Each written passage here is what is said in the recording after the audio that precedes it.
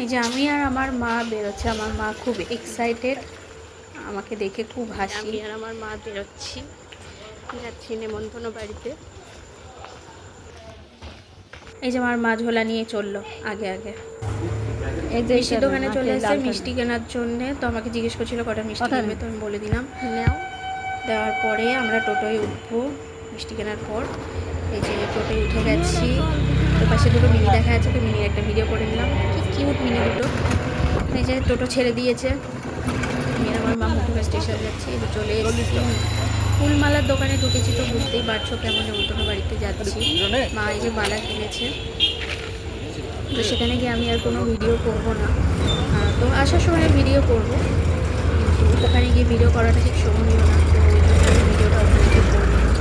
এই যে আমরা যাচ্ছি এখন মধ্যমগ্রাম হাইওয়ে রাস্তা থেকে। চলে এসেছি একটা দোকানে, আমাদের খুব খিদে পেয়েছিলো মায়ের আমার, তো একটা উইঙ্কেলসের একটা কেক কিনে মা আর আমি খেলাম। আমার উইঙ্কেলসের কেক খেতে খুব ভালো লাগে, ফ্রুট কেক ছিল এটা।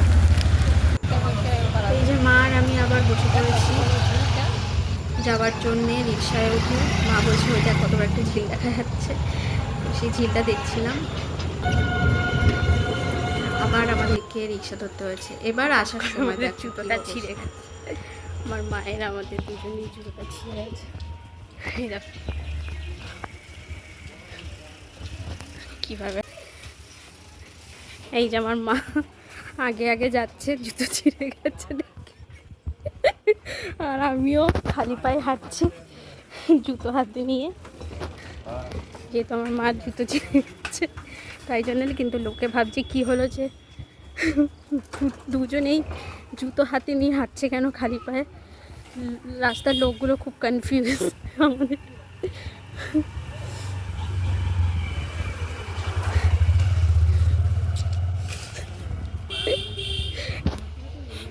আমার অবস্থা